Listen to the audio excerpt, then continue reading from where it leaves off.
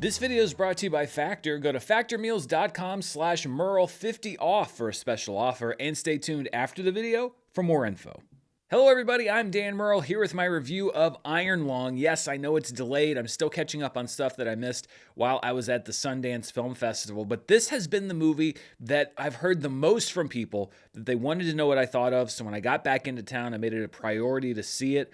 Iron Lung, if you don't know about it, was written by, directed by, edited by, and stars Mark Fishbach, who's also known as Markiplier here on YouTube. He has over 38 million YouTube subscribers. It's based off a 2022 video game by David Zemansky, and a lot of the talk about this film has been about its enormous success, especially as an independent, self-distributed movie. I think that is a very important part of the story that we're going to talk about, but let's get to the movie itself first. Iron Lung takes place in a universe that's been devastated by an event called the Quiet Rapture, causing the disappearance of nearly all of humanity. Markiplier plays Simon, a prisoner sent to explore a moon in a small submarine that's submerged in an ocean not of water, but of blood. Almost the entire movie takes place in this submarine as Simon searches for clues as to what happened and what's on this moon, while strange things also begin to occur on this mysterious world.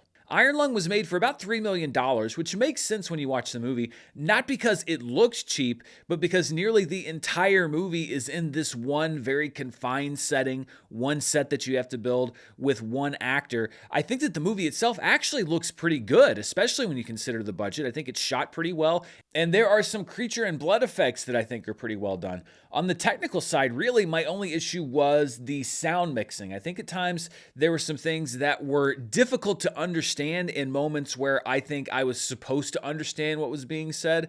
There are a lot of effects that I think are layered on perhaps a little too thick, or the dialogue isn't brought up enough in the mix. And I mean, listen, this is a problem that has plagued no less than Christopher Nolan when it comes to movies. I don't know if it was intentional, but I think it did hold me back a bit from enjoying parts of the movie. Casting yourself in your own multi-million-dollar movie could have gone very badly for Markiplier because this movie rests squarely on his shoulders, but I also think that he does pretty well in the lead role. It's not a performance that's going to win any awards, but there are some difficult points in this story and difficult moments for this character that I think he sells pretty well as an actor, and that's good because this movie, because it is basically just him on screen for most of it, would have completely imploded if he had not been good in the lead role. Where I really had some issues with the film were in the writing and the pacing. When you look at the power structure of this movie, when you are the star of the movie and the director of it and the writer of it and the editor of it, and you're self-distributing it and you're one of the producers, there's no studio to answer to,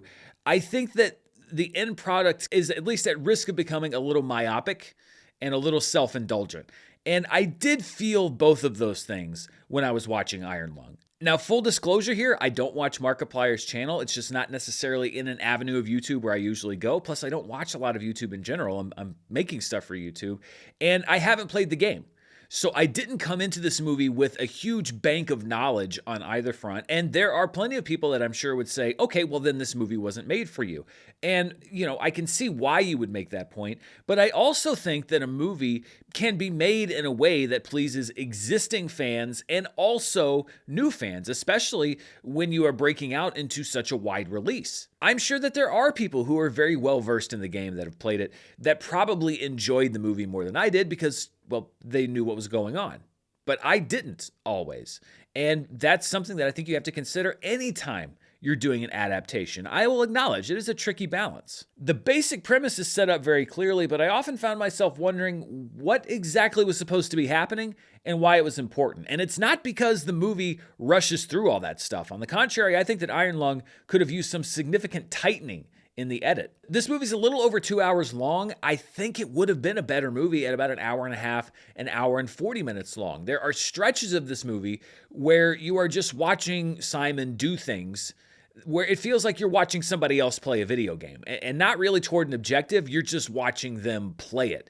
That may have been the point. That may have been what Markiplier was going for, but it didn't always make for the most compelling viewing for me. There were big chunks of Iron Lung that felt to me like a friend of mine had sat me down to watch this movie about something that he really enjoyed, but that I didn't really have any stake in. And so I'm just kind of watching and nodding along and going, oh, okay, well, that's nice. Yeah, that looks good. That's not to be condescending. It's just that it didn't really bring me into this world until the end of the movie. It does pick up towards the end. And I think that that is really kind of, in many ways, the salvation of a lot of elements of the film. But I did struggle at times to stay invested. I wouldn't call Iron Lung a movie that everyone will enjoy. I think that it is somewhat specific in its appeal. And that's probably by design. Markiplier has said that he never thought that this movie would get the kind of distribution that it has. Honestly, he probably made the movie thinking that it would be targeted and would be found by that hyper-specific audience, the people that have watched his channel, the people that have played the game. But that doesn't change the reality of the distribution that it got. I can be happy for the movie, and I am, on the level of it being an independent film that has been distributed the way that it has, but that doesn't mean that I'm just going to wave off my own feelings about it. And that brings me to the two conversations about Iron Lung and the two ways that I feel about the movie. As someone who loves movies, who wants to see people go to the movies, and who admires anyone willing to take a risk and put their movie out there, I'm happy for Markiplier. Getting Iron Lung distributed this widely and getting this many people to see it is an incredible achievement, and he should be applauded for it. I went into a lot more detail about this on my live show. This transcends really any other success story that we've seen of a filmmaker going straight from YouTube into theaters. There have been some transitional stories where people like David F. Sandberg have been YouTube creators and then gone on to make movies that have opened bigger than this one.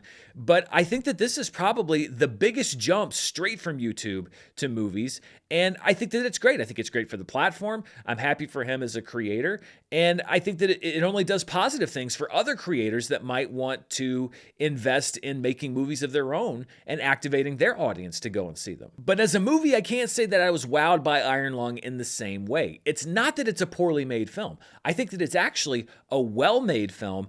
It's just that there were long stretches where it wasn't very compelling to me. However, having said that, that was not the case for the entire runtime of the movie, and the quality of the movie is such that I am interested to see if Markiplier decides to make another film. I'd like to see his evolution as a filmmaker, if that's what he decides to do. Of course, he has a very healthy career on YouTube if he just wants to stay here on the platform and make stuff here.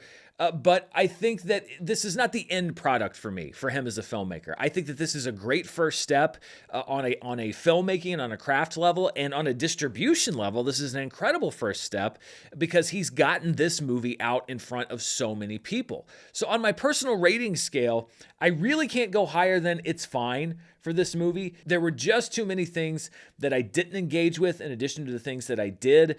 This really is the result of well-executed technical elements and those elements that worked for me. I'm not saying that there's a great movie hiding inside of this one, but I think there's definitely a better one.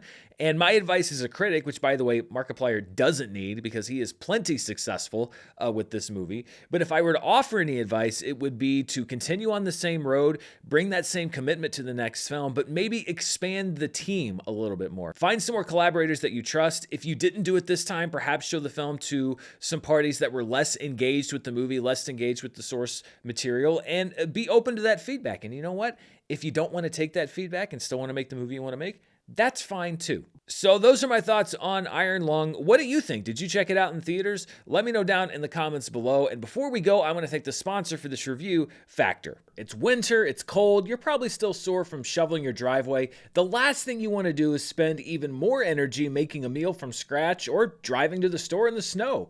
That's where Factor comes in, with fully prepared meals crafted for you by professional chefs. Next week, they have one of my favorites on the menu, smoky Gouda chicken with peppers. It's a great winter meal, and all of Factor's meals have quality ingredients like lean proteins and healthy fats. And you're not going to get the same stuff over and over again. Factor has 100 rotating weekly meals to keep things fresh, with options that include high-protein meals, ready-to-eat salads, and calorie-smart options. Factor meals arrive to your door always fresh, never frozen, and they're ready to eat in about 2 minutes. I spend a lot of time crunching numbers and watching movies, and Factor is a great option for those days when I'm on a tight schedule and I want good food fast. Head to factormeals.com/Murrell50off and use code Murrell50off to get 50% off and free breakfast for a year. Eat like a pro this month with Factor. New subscribers only, varies by plan. One free breakfast item per box for 1 year while subscription is active. Thanks to Factor for sponsoring this review, and thank you for watching. Be sure to stay tuned right here for the latest in movie news, reviews, box office, and more. Until next time, stay safe, and I'll see you then. Bye.